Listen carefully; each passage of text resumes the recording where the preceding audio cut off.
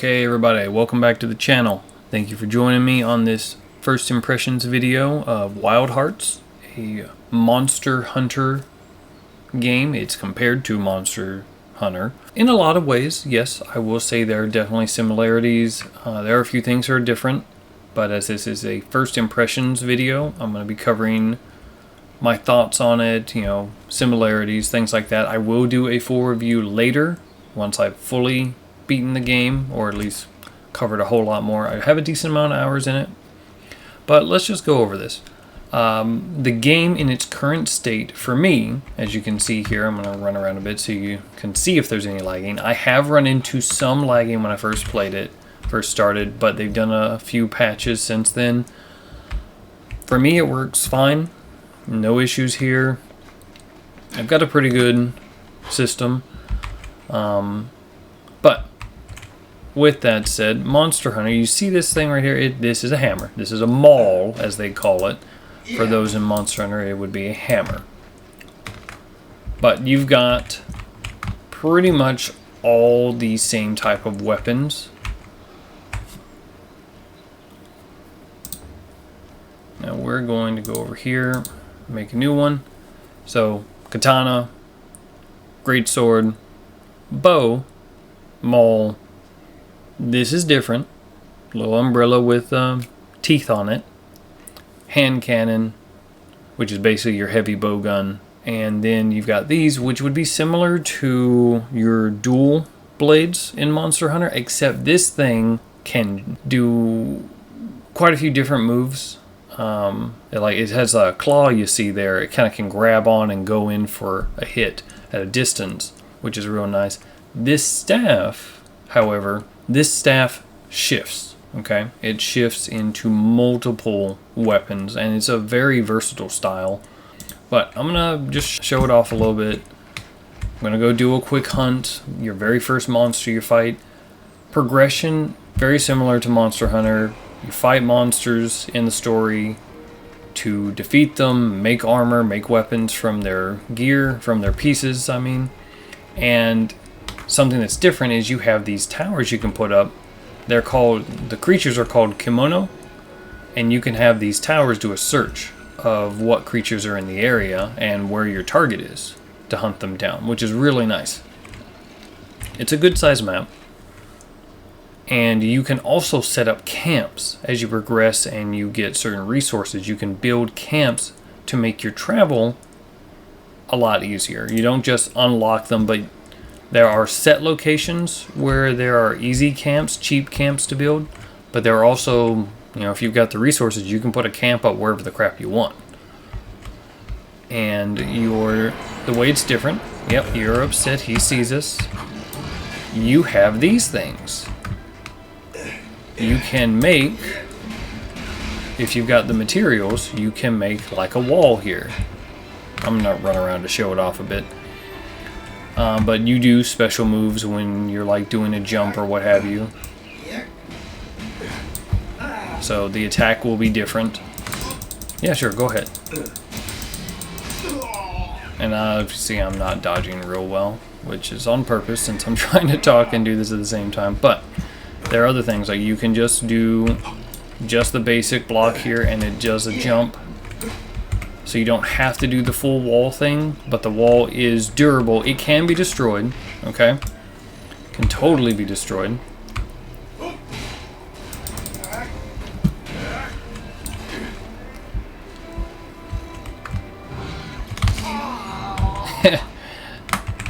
Now, the healing in the game, you do have a type of potion, but it's healing water, and there's a lot of it all around. There is food in the game that you can eat to prepare before hunt. The nice thing about eating is that if you fail the hunt, the food you ate still lasts. The bonuses you got from eating still lasts even after failing. You just have to complete a hunt.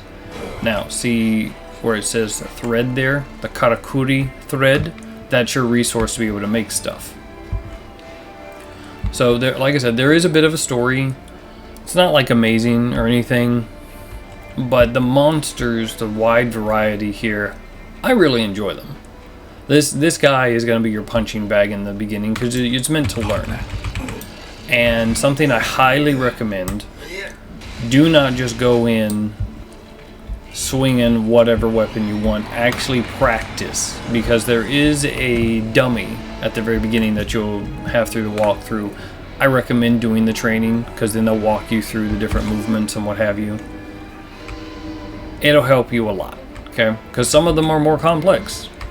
There are definitely some weapons that I would say are more complex with their combos than Monster Hunter, for sure. Now I'm gonna run away for a bit so he'll leave me alone while I show off stuff. So you've got basic little kimono here, which you can kill and get parts from, just like in Monster Hunter. You can kill them and harvest them for the meat, which I'm full in my bag so I can't carry anymore, but that's okay.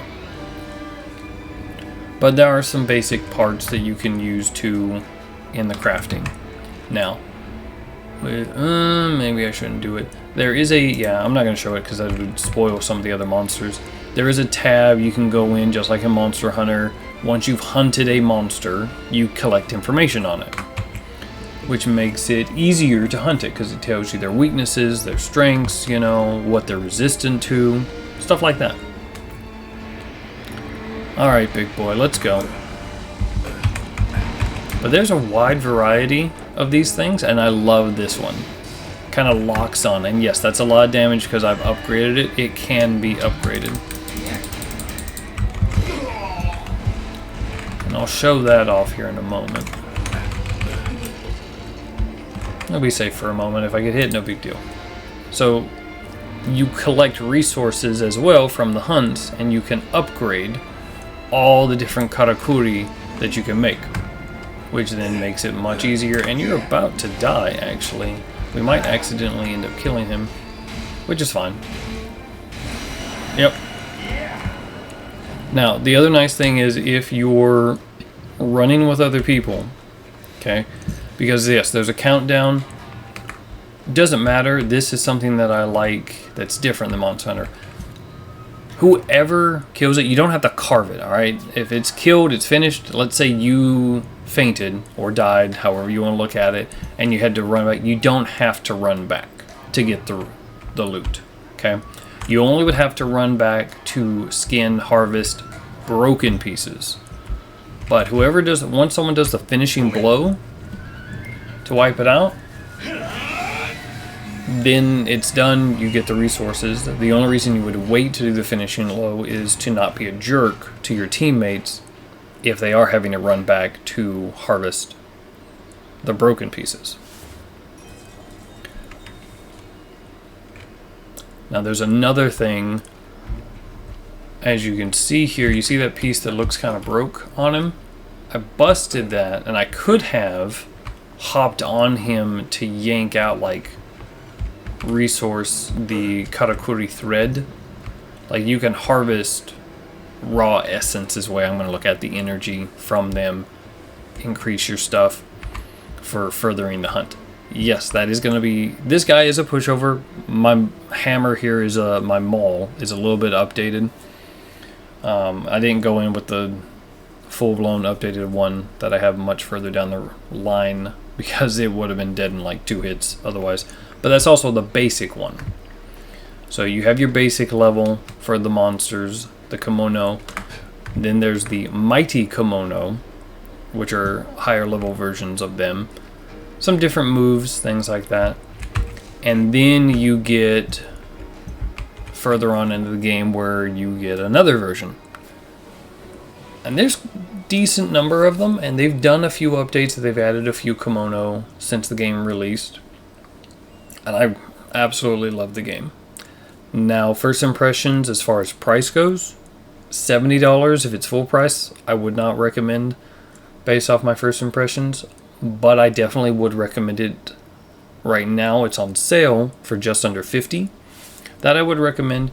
Something to be aware of, since it is EA that published it, you're gonna have to make an EA account so you can play it. So it doesn't matter if you buy it on Steam or if you buy it through EA.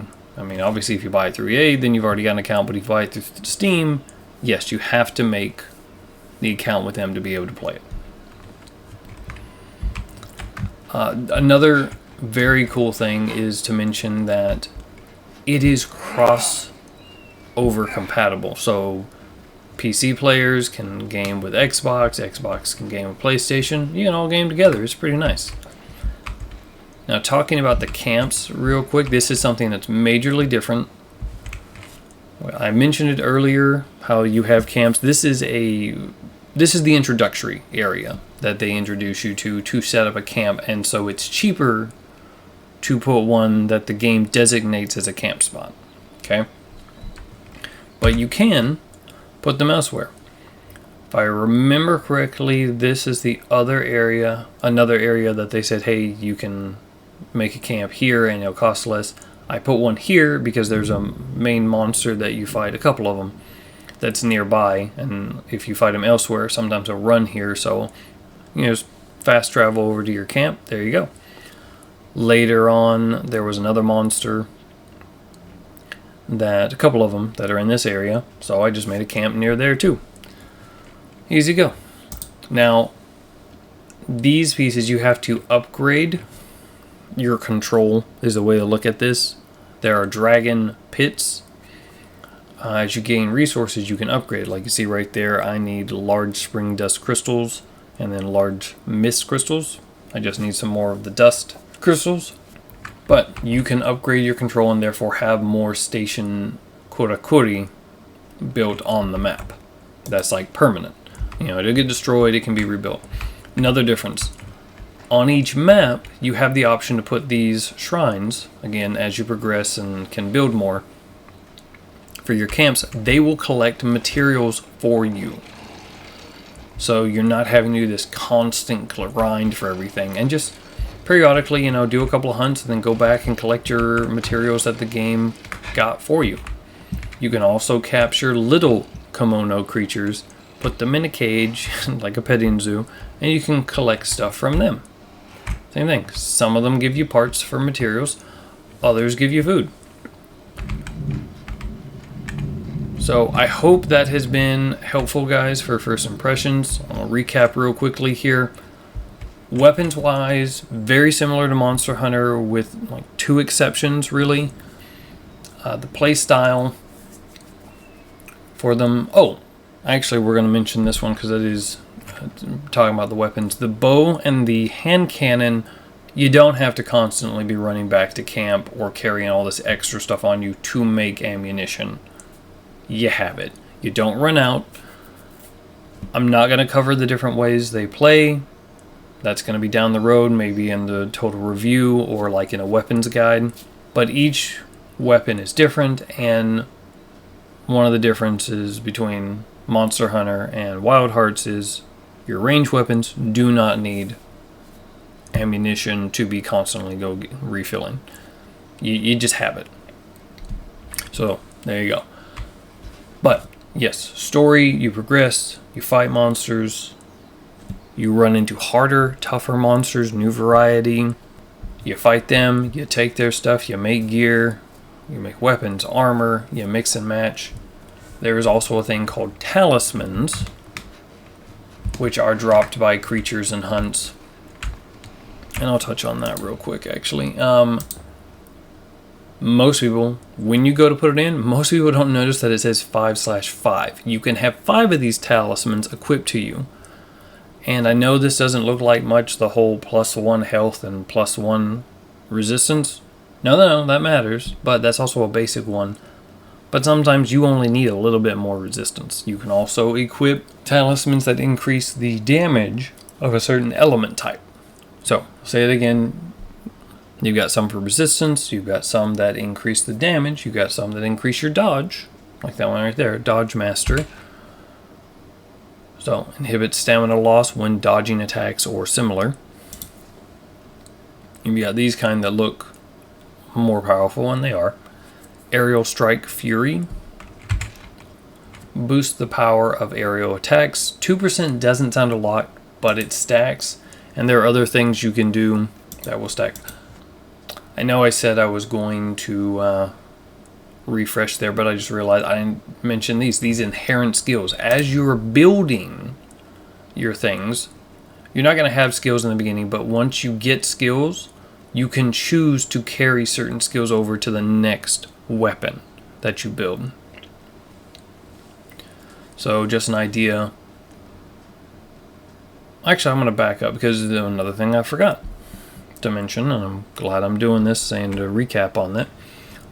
If you want to use only one weapon, you can, and this, as long as you got the money, it works out really well. Because if you want, let's say you made it like this one, it's got poison potential on it, but I want to go back up.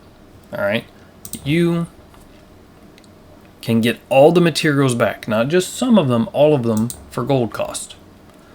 And then I can go down this route instead. I can go down the wind hammer route, the wind element. Or I can go all the way back if I really want to get all my materials back, start out at the basic. Now, yes, this one is also wind, but why would I want to go over this way? For the skills that you can choose to carry over to the next weapon. You could back it up, have a completely different skill set going. So that's another thing that's massively different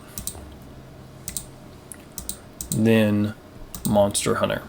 If you want to change your mind, or if you don't want to make a hammer of every kind, like see right there, I pick the skills. You can have up to 5 skills here, okay?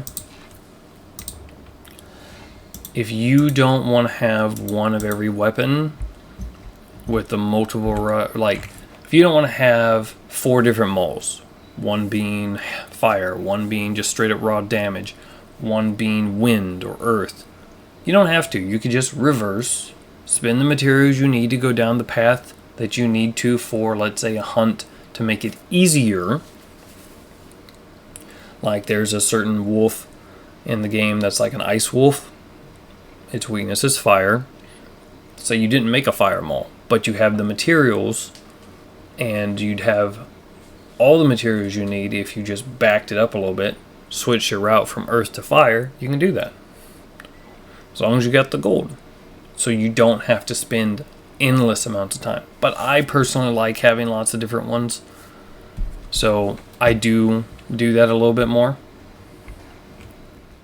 So hope that was informative, guys, for first impressions. I'll leave you with that. Please like, subscribe, comment, and share.